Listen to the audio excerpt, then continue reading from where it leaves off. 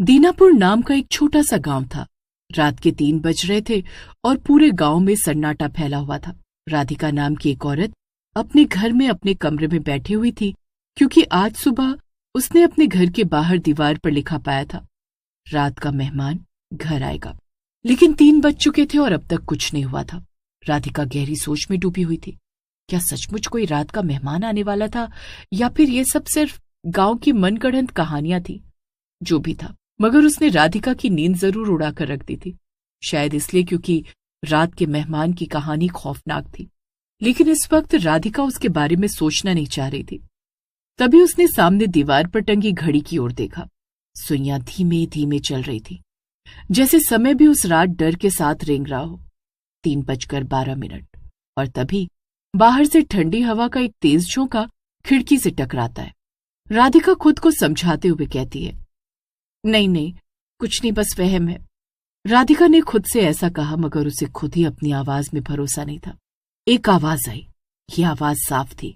किसी ने दस्तक दी थी, मगर दरवाजे पर नहीं, बल्कि ऐसा लग रहा था जैसे कोई घर की दीवार पर उंगलियों से थपथपा रहा हो। ये आवाज सुनकर राधिका की सांस अटक गई। उसने धीमे से हिम्मत करके पूछा, कौन है? लेकिन उसकी आवाज इतनी धीमी थी कि शायद उसने खुद भी नहीं सुनी। दूसरी तरफ से कोई जवाब नहीं आया। कुछ सेकंड बीते और तभी फिर वही आवाज सुनाई दी, अब की बार दीवार के दूसरे सिरे से। राधिका को गांव की बूढ़ी दाई लक्ष्मी की बातें याद आ गई। उन्होंने कहा था, रात का मेहमान दरवाजे से नहीं आता बेटी, वो दीवारों से चलता है, छत से उतरता है, और अगर तुमने उसे देख लिया तो तुम सुबह नहीं देख पाओगी। वो खुद से बोली, नहीं देखूंगी, उसे नहीं देखूंगी। तभी लालटेन में जल रहे दिए की लौ अचानक बुझ गई। कमरा पूरी तरह से अंधेरे में डूब गया। अब सिर्फ कमरे में उसकी सांसों की आवाज थी और बाहर की हवा की सीटी। राधिका अपने बिस्तर पर लेट गई और उसने अपने आप को अपनी रजाई से ढक लिया। कुछ नहीं है, कुछ नहीं है, मैं सो जाऊंगी। लेकिन तभी एक और आवाज पूरे कमरे में गूंज गई। आवाज ऐसी थी जैसे कोई ठीक राधिका के ऊपर छत पर चल रहा हो। राधिका का दिल जोर जोर से धड़कने लगा। उसके पैर सुन्न हो चुके थे। फूटना चाहती थी, भागना चाहती थी, मगर शरीर उसका साथ नहीं दे रहा था। अचानक से लेटी हुई राधिका की गाल पर कुछ टपका छत से। राधिका ने अपने गाल की तरफ हाथ बढ़ाया और उसे छूकर देखा। ये गीला था, मगर पानी नहीं। ये पानी तो नहीं है। जब राधिका ने अपने हाथों को सूंघा तो जैसे उसका कलेजा मुंह को आ गया। ये लोहे जैसी बदबू थी। राधिका समझ गई कि ये और कुछ नहीं बल्कि खून था। उसकी आंखों से आंसू बहने लगे। उसी पल कमरे के कोने से एक फुसफुसाती हुई आवाज आई, राधिका। राधिका सहम गई। किसी ने उसका नाम लिया था और ये आवाज उसके ही कमरे से आ रही थी, एक अंधेरे कोने से। राधिका हिम्मत करके उस तरफ देखती है, मगर वहां अंधेरे के सिवा कुछ नहीं था। राधिका चीखना चाहती थी, मगर उसकी आवाज जैसे गले में ही अटक गई। वो धीमे से अपने चेहरे और फिर आंखों के ऊपर भी अपनी रजाई ढक लेती है और फिर खुद से बड़बड़ाने लगती है, नहीं, वहां कुछ नहीं है, वहां कुछ नहीं। वो चला जाएगा, मेहमान चूल्हे के पास रखा खाना खाएगा और चला जाएगा। मैं ध्यान नहीं दूंगी। यही मेरी परीक्षा है। हाँ, यही मेरी परीक्षा है। यही कहा था दाई माँ ने कि उसके छलावे में मत पड़ना। मैं अकेली हूं, यहाँ कोई नहीं है। लेकिन तभी एक आवाज आती है, मेरी तरफ देखो राधिका, आखिर मैं तुमसे मिलने आ ही गया। ये आवाज राधिका को हिलाकर रख देती है।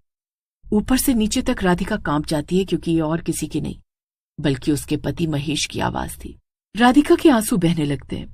उसे यकीन नहीं हो पा रहा था कि यह सचमुच महेश हो सकता है, क्योंकि वो तो 3 महीने पहले ही हादसे में गुजर चुका था। मगर हो सकता था कि वो किसी और तरह से राधिका से मिलने आया हो। वो आवाज फिर से धीमे से राधिका के करीब आकर कहती है, क्या हुआ राधिका? तुम तो कब से मेरा इंतजार कर रही थी, अब मेरी तरफ नहीं देखोगी? राधिका को समझ नहीं आ रहा था वो क्या करे। वो चाहती थी कि पीछे घूमकर उस आवाज को देख ले, मगर किसी चीज ने उसे रोक रखा था।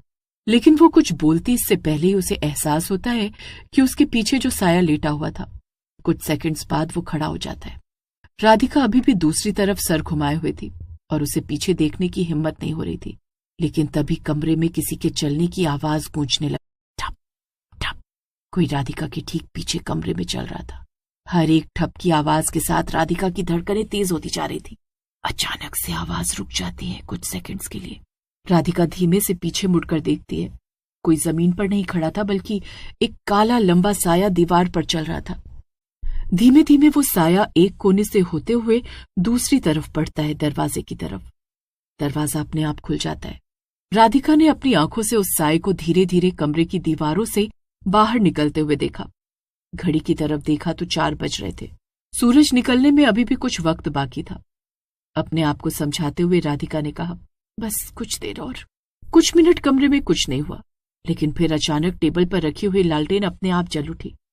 उसकी धीमी हिलती हुई लौ ने पूरे कमरे को हल्की रोशनी से भर दिया। कमरे में हुई रोशनी को देखकर राधिका ने एक लंबी गहरी सांस ली, क्योंकि ऐसा लग रहा था कि आखिरकार सब कुछ सामान्य हो गया। लेकिन जैसे ही राधिका ने अपना सिर थोड़ी देर के लिए आराम से पीछे किया, बाहर से घर में अजीब अजीब आवाजें आने लगी। पहले किसी के चलने की आवाज आई, ठप ठप ठप।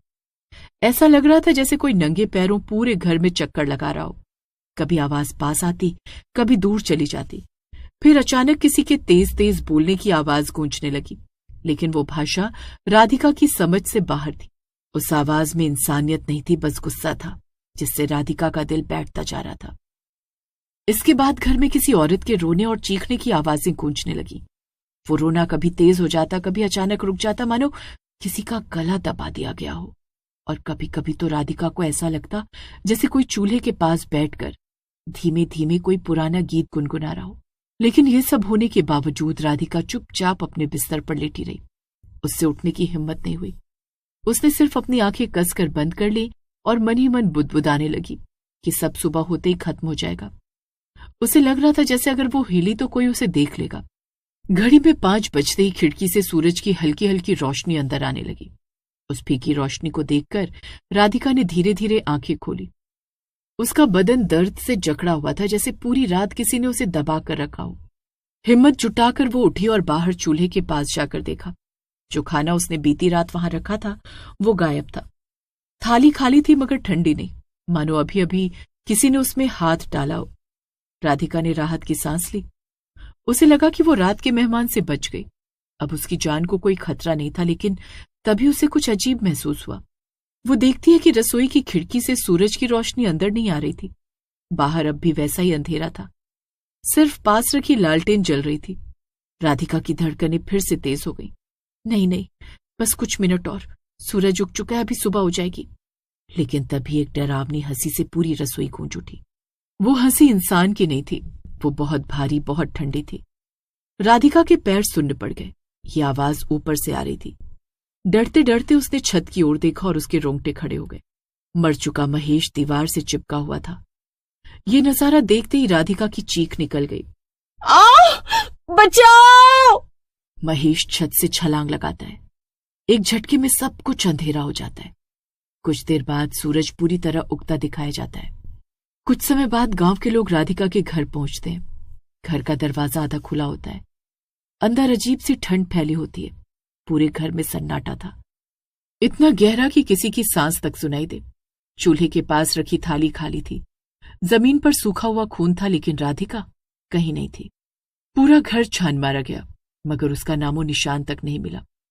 ये सब देखकर एक औरत धीरे से बोली, लगता है रात का मेहमान उसे अपने साथ ले गया।